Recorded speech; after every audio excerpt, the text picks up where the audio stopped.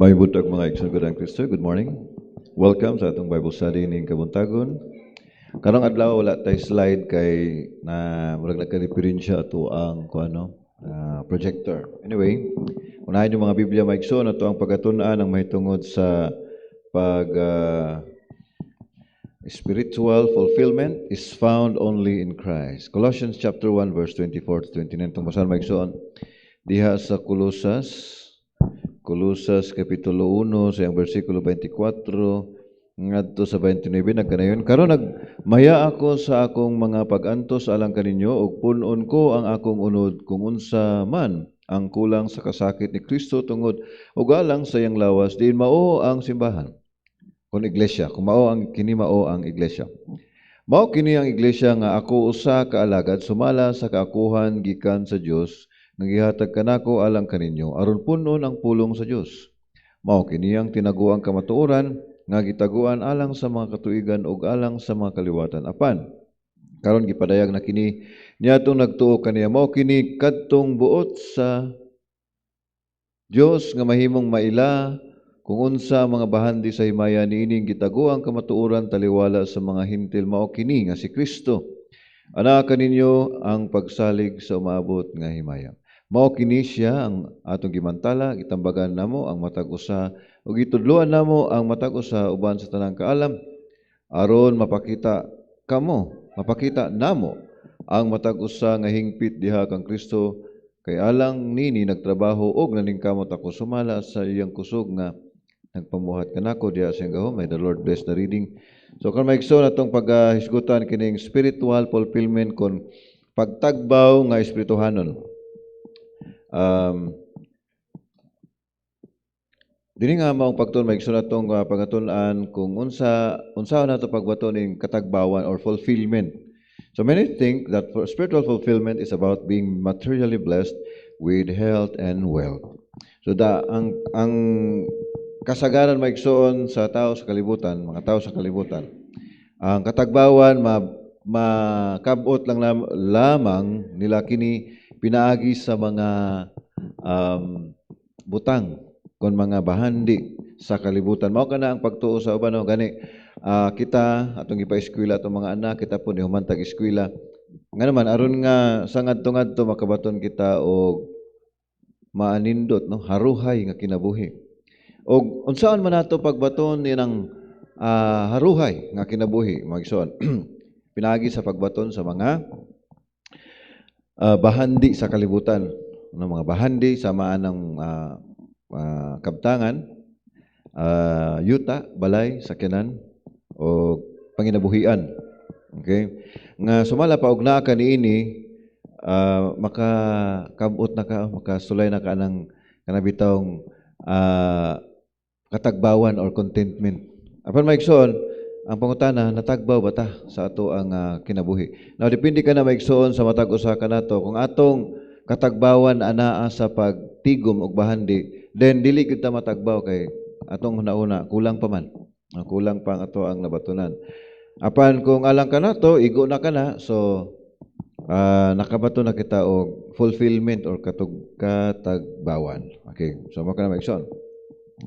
So again, og ang bahandi lang sa kalibutan atong basihan nga matagbaw ta dili gyud na siya nato makabot kay gusto man gyud tag mas nindot pa sa unsay naa nato, di ba? Sa magod nang himo na tog pananglit kanang palita og so may mapalit ka sagara kanang cellphone no nga daan naman gusto na po kog bag-o then na pining gawas bag-ong model mas gwapo man ni sa akong gipalit na pug kaso o kana lang butang sa kalibutan maoy kuhaan nimo og base aron matagbaw ka di ka matagbaw. Mas gusto kag mas nindot nga sapatos, mas nindot nga bag, mas nindot nga balay, mas nindot nga sakyanan, mas nindot then mas dako nga income, no? Oh, kamusta naman yung income ron, no? Wala siya tong pangutana pod. Ang income mas ang pagsaka sa presyo sa kanang basic needs no kanang panaliton mas paspas ang iyang pagsaka kaysa atong sweldo sa atong income mo na nga karon ang uban mapugos na lang og kanang mangutang na lang ta no kay short naman ta Kanang bitong word nga short gikan man na nang kanang imong sweldo nga usa ka bulan 30 days man na 30 days no ang sweldo na short nga naman pitsa 15 pa lang hurot na imong sweldo so na short mo na gitawag nga na short no kinsa may sig ka short diri na short na mo sige mo ka short okay sa ato pa kulang inyong income so saan man para punan ang income overtime, overwork, sideline, gamay ginagmayng negosyo, kay short man og saligan lang ang sweldo. So na kay sideline, na kay gamayng negosyo. Siguro imbis nga usa, duha imong trabaho. O imbis nga ang usa ray ka trabaho ninyo kamong duha. Mabait na karon nga maapil na ang asawa o panarbaho kay short naman ang sweldo sa ni mister. So mo na megsoon no og kita maninguha gyud ta nga makagawas ta ana ninguha ta maharuhay pud ta okay hinaot pa unta no kaning sa time ni Bongbong karon nga matinuod no maharuhay ta tanan hopefully no og maundang na pud unta tong gira dito sa Ukraine no og ito hinungdan no kay naputol ba atong supply sa barato nga gasolina gikan sa Russia tungod ato. Okay, so saan naman muna nga kita mo-adjust lang ta sa situation ani kay saan man nato ug magsibot tag pangutang do tay kabayad so unsa man na mabira atong mga property so kuan na lang gyud mag-budget na lang kita hugot bakos no nga siguro imbis nga ang brand kini nga brand atong gusto kay lami kuan na lang lahi na lang nga brand katong barato ana mo-adjust na lang ta situation okay pero kitang tanan naninguha gyud po no nga manindot no kinabuhi mabay ito nang atong mga kabataan gipa-eskwela nato di ba para asa man na para ini kahuman nag-eskwela kita sila nindot nga trabaho kanang maka-support pud og family pero sa pagkakaroon murag dili gyud no kulang bisag kami gani so based on experience okay possessing some miraculous spiritual gift okay how you feel so things that promote spiritual fulfillment so may makahatag nato o katagbawan nga espirituhanon okay ato nang gibasa ganina maigsoon tong bersikulo no ito lang sa ba tong gibasa Colossians 1-10 guro ni Colossians 2 Colossians 2 1-10 ano yung tubasan mo ikson kay buot kong masayod kamo kung unsa kadako ang pagpakigbisog nga aniak kanako alang kaninyo alang ni adtong ana sa Laodicea ug alang sa kadaghanan nga wala pa makita sa akong nawong diha sa unod namuhat ako aron nga ang ilang mga kasing-kasing madasig binaagi sa panagiusa diha sa gugma ug ngadto sa bug-os nga kadato sa hingpit sa nga pagsalig sa pagsabot ngadto sa kamatuoran sa Dios mao kana si Kristo kay kaniya ang tanang mga bahandi sa kaalam kahibalo na tago ako kining gisulti karon nga walay usa nga maglimbong kaninyo uban sa madanihon nga pagpamulong ug bisan pa man dili ako uban kaninyo diha sa unod hinuon ako uban kaninyo sa espiritu malipayon ako nga nagtan-aw sa inyong maayong pagkahanay o ang kalig-on sa inyong pagtuo kang Kristo ingon nga inyong gidawat si Kristo nga Ginoo paglakaw diha kaniya pagtubo gayud kamo diha kaniya pagpatukod ngadto kaniya pag magmalig-on sa pagtuo sama sa gitudlo kaninyo og pagmadagayaon sa pagpasalamat pagmatngon nga walay usa nga madakop kaninyo pinaagi sa mga panghuna-una og ang walay sulod nga limbong sumala sa naandan sa mga tao, sumala sa mga butang sa kalibutan ug dili sumala kang Hesus. Kay diha kaniya nagapuyo ang kabug-o sa Dios sa lawas nun ug kamo napuno diha kaniya. Siya ang ulo sa matag gahom o katungod. No kanang ingon maigsoon sa mahitungod sa ato ang tema karon sa mahitungod sa katagbawan or fulfillment. So things that promote spiritual fulfillment. Number 1, a concern and struggle for one another. Okay, ang pagdasig daw sa atong mga kaigsuonan mo'y maghatag og katagbawan kanato spiritually no nga di na makita nato ang atong igsuon nadasig sa atong pag-alagad. So mao nay makahatag nato og katagbawan. So dili lang nga kitay mo dawat, kita pod mohatag og pagdasig, no? Give them the courage to be faithful in the midst of difficulties. Okay, so of course, no? Og gusto nato nga dasigon ang atong igsuon, kinahanglan nga kita mismo nadasig pud ta, no? Sa nato pagdasig ni ikaw na discourage pud ka. So dapat kung mudasig ka sa igsuon, makita gid pud sa imong dagway nga madasigon gyud ka sa pag-alagad sa Ginoo. Okay, so give them the courage to be faithful in the midst of difficulties. In Hebrews chapter 10, tumasan maigsuon diha sa Hebrehanon. Hebrehanon kapitulo 10 sa iyang bersikulo 24 nagkanunong balaang kasulatan. Atong una-unaon kung unsaon pagdasig ang usag-usa sa paghuna-una og sa maayong mga buhat. So, usa sa giingon sa atong Apostol Pablo maigsuon nga atong tulumanon, ingon nga mga Kristohanon mao ang pagdasig sa matag usa. Kini nga atong gihimo pananglit maigsuon kining Bible study, kaning atong simba matag Domingo, pag-awit ug mga espiritu ng alawiton. Mao kini ang katumanan sa maong sugo nga atong dasigon ang matag usa. So kana ding pagtambong lang nato sa atong panagatiug maigsoon. Usa na siya, no? Usa na nga makadasig sa atong igsoon kay makita nimo nga wala di ko nag-inusara, no, nining kalibutan. Wala ako nag-inusara na ako mga igsuon nga pwede na ako maduulan, mga igtambag unsa pa ka. So mao kana igsuon. In verse 25 ngon siya, dili nato hunungon ang panagtigom sama sa gibuhat sa pipila hinuon awhaga pa ang usag-usa sama sa imong pagtan-aw sa nagkaduol na ang adlaw. Dili nato isalikway, dili nato hunungon ang panagkatigom. Busa karon maigsoon, salamat sa Ginoo na wala na gyud tong pandemic, no, pero dili ta magkumpiyansa kay murag nanapod sila gilaraw nga pandemic na pod. Pero ang mga tao karon hopefully, no, nakaamgo na ang mga tao ron nga dili ta mutuo ana nila. ilaharan na. Dili ingon nga kanang gisulti nila tinuod, no, ayo magtuo ana, ako'y mosulti ninyo, ayo magtuo. No. Ilahara na kay naa sila plano nga ilahara pod. Okay, so karon malipayon ta kay nawala na, no, murag wala na gyud ang public health emergency sa WHO. Pero kaning WHO ayo magtuo ana maigsoon. Kay magpagawas na pod na og bag-ong mga abiso, no, about anang pandemic, ayo magtuo ana WHO. Ako mismo mosulti sa inyo, ha. Okay? So di na yung kumutuog WHO. Dili na yun.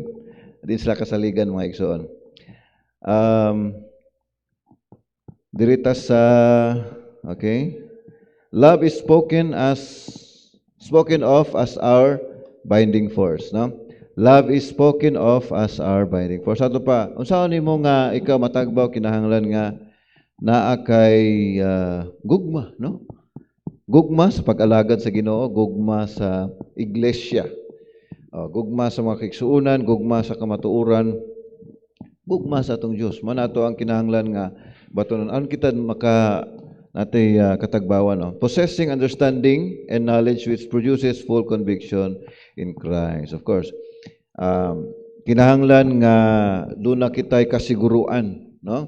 Unsaon man nga kita padayon nga musalig or kanang padayon nga malipayon sa pag-alagad kaniya, kinahanglan din maigsoon doon natay assurance, no, kasiguruan.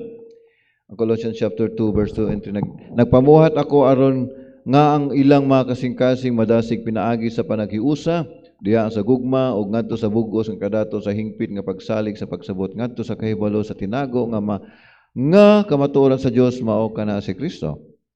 Okay, so nasayod kita maigsoon nga doon na kitay paglaom sa kinabuhing dayon. Nasayod kita nga matinud-anon ang Dios sa iyahang giingon nga og kita mosalig kaniya og kita modawat sa iyang anak nga si Kristo pinaagi sa bautismo. Kita mahiapil diha sa iyang iglesia. Then atong madawat sumala pa sa Efeso 1:7 ang tanang mga 1:3 ang tanang mga espirituhanong panalangin diha kang Kristo Jesus. asa daw nato madawat maigsoon ang espiritual ng panalangin? Diha lamang kang Kristo. Ug wala ka diha kang Kristo, then ang iyang giingon tanan ug naa ka sa gawas wala na nabilin didto kay ang tanan naa naman sa diha sa atong Ginoong Hesukristo. Busa maigsoon, kita nga naa kang Kristo, nasayod ta no.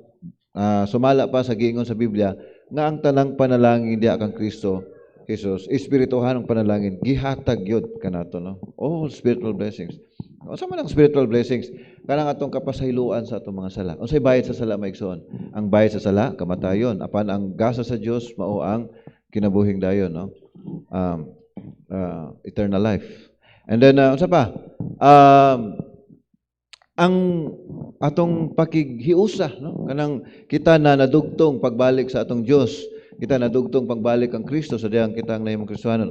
Atong hinumduman maigsoon nga sa dihang nakasala kita, nabulag kita sa Ginoo, no? Nabulag, nabulag kita sa Ginoo.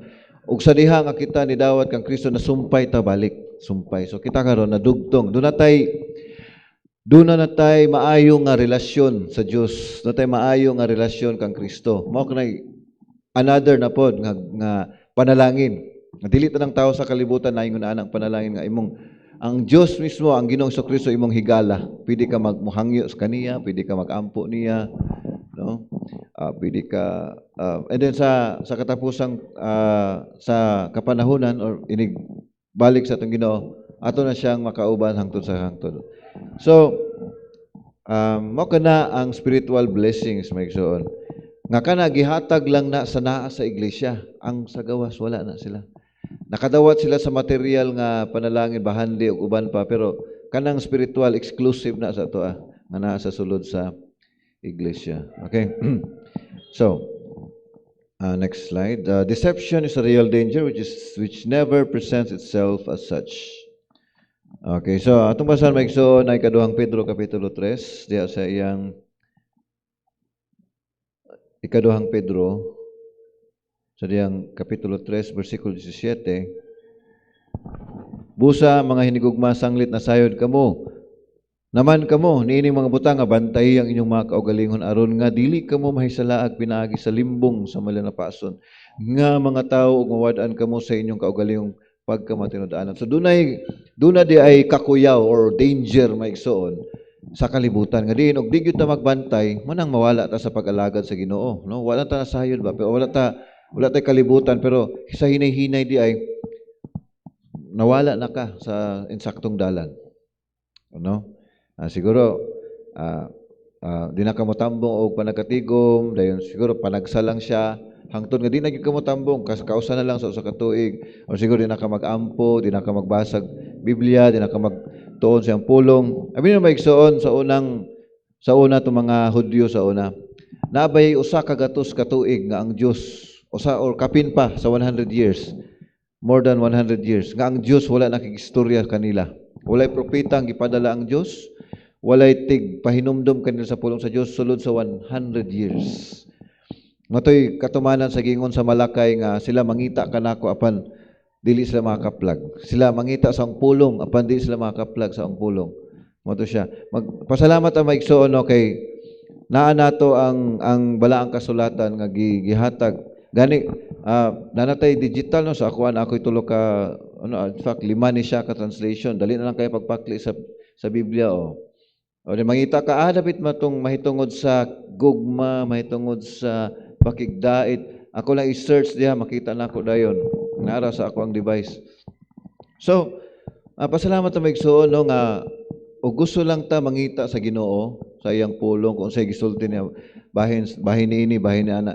Makita nato dayon sa Biblia. Na naman tay kuan o. O di ba sa una magdala-dala tay ngun ani, maulaw man ta. Okay. Nay Biblia. Basig kuan mangayo.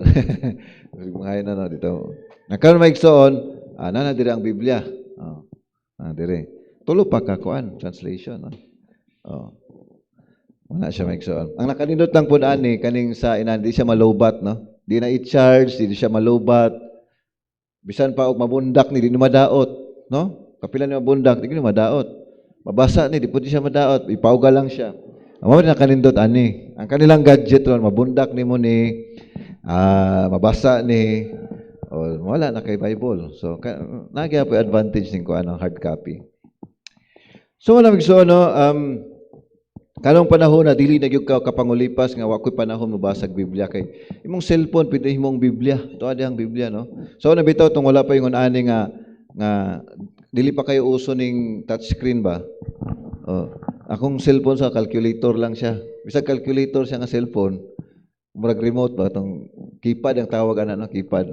Gibutangan gyapon akong Bible. Dili pa uso sa una ang kuan, touchscreen sa una. Butangan na ganahan man ko na ako mabasa bisag cellphone. So, dinig panahon na maigsoon, di na kita kapangulipas nga ako'y panahon mabasa Biblia, ako'y panahon maminaw. Natay may Angel Radio no, ni-subscribe mo ato. Makapaminaw mo sa pulong sa Ginoo, bisan pag galaba mo diha, galuto mo diha, ipatokar lang na inyong cellphone diha, naminaw na mo sa pulong sa Ginoo. So wala na gid tay rason no, nga dili ta makapaminaw siyang pulong. Okay, so bantayan daw nato maigsoon kay dunay kakuyaw, danger nga mawala ka sa Ginoo og dili na ka makadungog siyang pulong og dili na ka makahimamat sa maigsoon, di na ka magbasag Biblia, di na ka magampo. Na bitaw, naagid siya kakuyaw, danger. Sa hinay-hinay, wa ka kabalo, nahimo na kang kalibutanon, no? Nawala na ka sa pag-alagad sa Ginoo. So persuasive words are means of deception. Usa pa ka na maigsoon sa Roma Kapitulo 16, Roma 16, versikulo 18. Kay ang mga tao nga sama nini wala nag-alagad sa atong Ginoo nga Kristo. Apan sa ilang kaugalingong tiyan, pinaagi sa ilang malamaton og ulog-ulog nga sinultihan, ilang gilimbungan ang mga kasing-kasing sa mga walay alamag. So man nahitabo sa kalibutan maigsoon, tingala bitaw mo nganong daghan naman kayong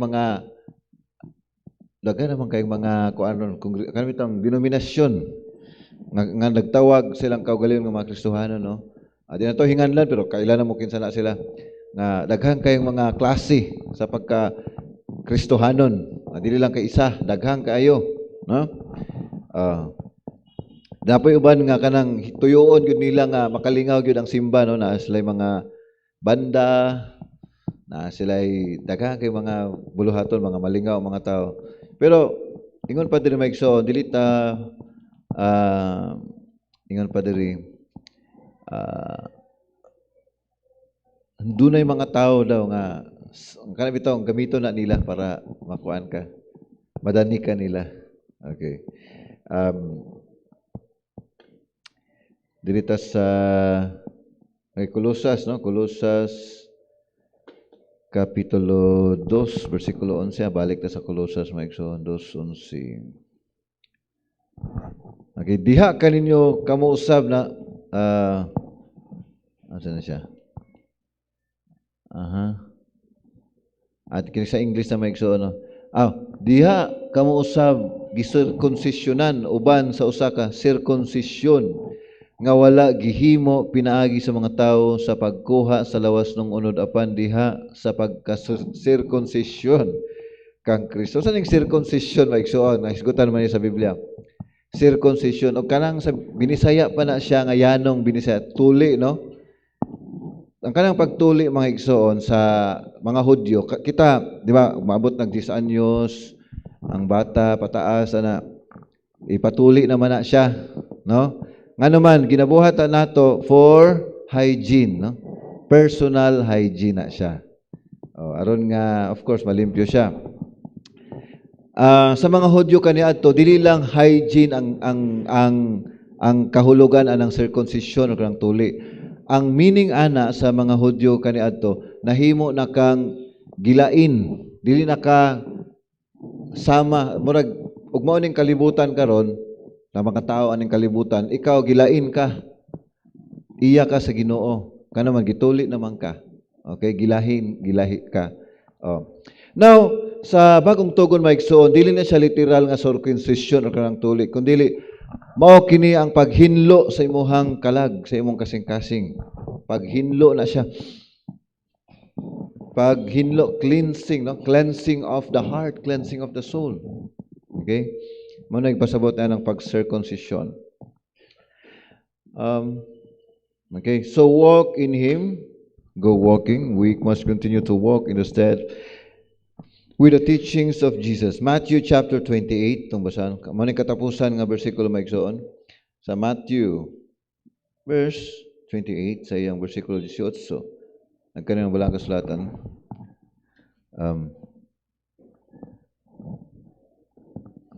Ingon pa si Jesus, miduol kanila og nakigsulti kanila mingon, ang tanang kagahom gihatag kanako sa langit ug sa yuta. Busa pang lakaw kamo og paghimo kamo mga disipulo sa tanang kanasuran bautismo sila sa ngalan sa Amahan, sa Anak ug Balang Espiritu. Tudloy sila sa pagtuman sa tanang butang nga akong gisuon kaninyo og tan-awa. Ako mag-uban kaninyo sa kanunay bisan pa sa katapusan sa kalibutan. Okay, kani bitaw ang giingon nga panlakaw mga igsoon. Actually, dunay gamay nga sipyat ang translation ani, no? Kay sa Grego pa ni siya kaning panglakaw erkomay man eh. For you umay travel, no? For you umay. Yes, for you umay to travel, to live. Okay? So dili siya literal nga manglakaw gyud ta. Ang ipasabot sa atong Ginoo ani nga panglakaw kana bitawng sa imong padayon nga pagkinabuhi sa kalibutan paghimo og tinun-an. Dili siya literal nga lakaw kay lakaw maigsuon sa to pa ug magsakay ka og tricycle or motor paingon atong walihan nimo. Di na to mao kay nisakay man ka or nagbiyahe man ka. So ang lakaw dili maigsuon dili siya literal nga lakaw kung dili while you are alive, samtang buhi pa ka ning kalibutan, paghimo og tinun-an. Muna pasabot ini. Sumo ka na maigsoon na to ang mensahe karon nga kabuntagon. Sinawat pa nga kita bato na usab og mga bag-o na usab nga pagtulun-an nga maghatag nato og kahibalo og kadasig sa atong pag-alaga sa atong Ginoo. Og may buntag sa tanan balik sa atong song leader.